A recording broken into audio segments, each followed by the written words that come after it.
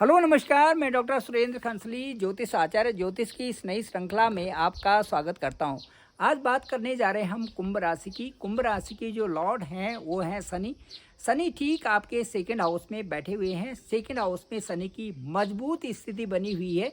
ये दिखाती है कि परिवार से संबंधित और उसके साथ साथ में परिवार की जो रिस्पॉन्सिबिलिटी हैं आप बहुत अच्छे ढंग से निभा रहे हैं। साथ साथ में वहाँ पर क्या करना है और क्या नहीं करना है ये भी आपको अच्छी तरह से समझ में आ रहा है और आप व्यवस्थित ढंग से आगे चल रहे हैं।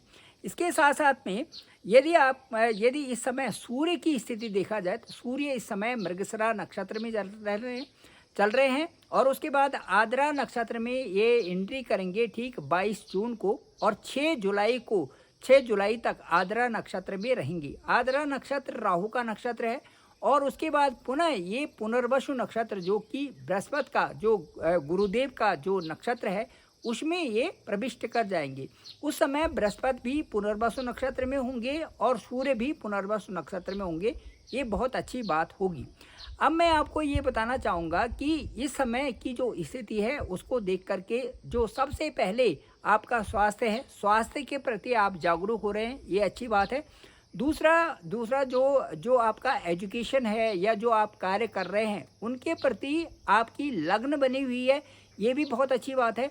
और उसके साथ साथ में जो हायर एजुकेशन है उसमें भी कुछ एडिशन आप इस समय कर रहे हैं।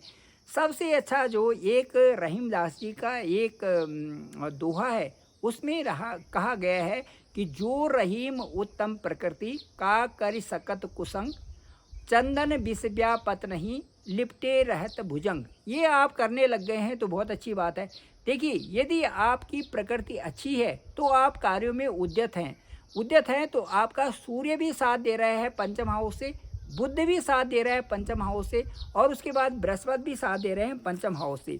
यदि इसी को देखा जाए और यही स्थिति देखा जाए तो ठीक जो 15 जो जुलाई आ रहा है वहाँ से 15 जुलाई को जो सूर्य हैं ये भी 15 जुलाई को चेंज कर देंगे और 15 जुलाई को ये आपके अगले हाउस यानी कि छठे हाउस में कर्क राशि में आ जाएंगे।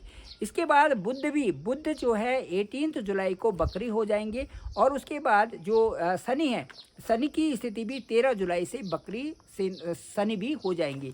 ये स्थिति है ग्रह गोचर की।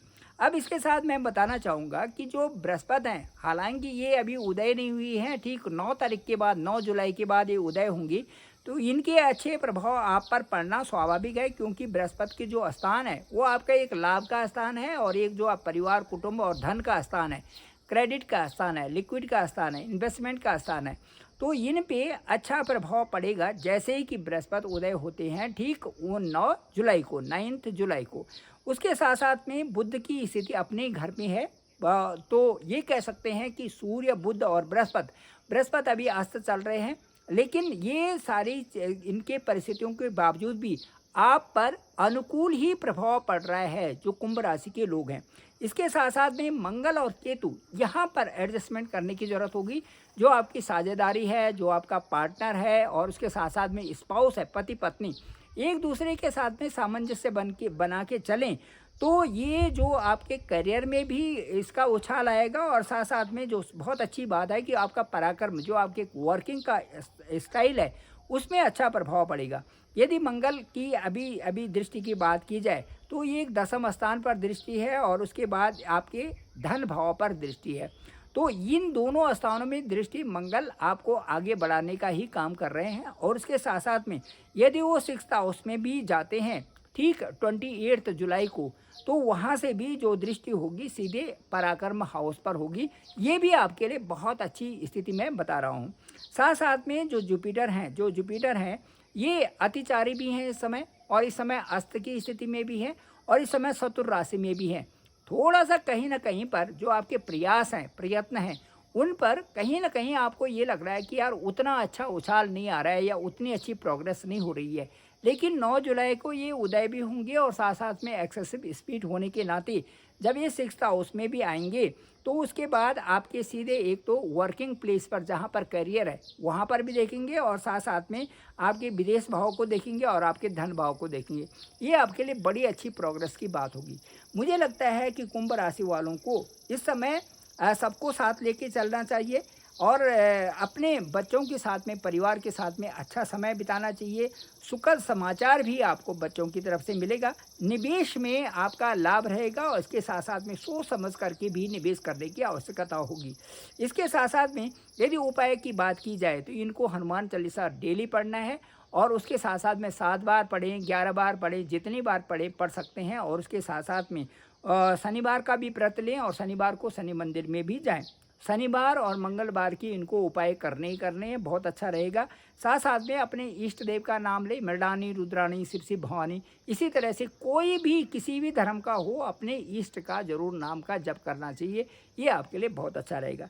Thank you very much. मैं डॉक्टर सुरेंद्र खंसली, ज्योतिष आचार्य। डिस्क्रिप्शन पे मेरा नंबर है 9868280191। आप डायरेक्ट मुझे कॉल कर सकते हैं, मैं आपका कॉल पिक करूँगा और साथ-साथ में देखेंगे कि आपकी जो दशा और अंतर्दशा है वो कहाँ, किस हाउस की है और आप पर क्या प्रभाव डाल रही है। साथ-साथ में असेंडेंट, लग्नेश कहाँ पर हैं, इन सब को देख करके एक अच्छा व्यू आपके साथ डिस्कशन किया जा सकता है और मुझे लगता है कि वो जो भी मेरे अनुभव के अनुसार मैं आपको ज़रूर शेयर करूँगा। Thank you very much. मेरे इस चैनल को, डॉक्टर सुरेंद्र खंसली नामक इस चैनल को आप ज़रूर सब्सक्राइब करें, सभी लोगों तक भेजें ताकि सबको इसकी जानकारी हो सके। आप सभी लोगों का पुनः आभार, पुनः बहुत बहुत धन्यवाद।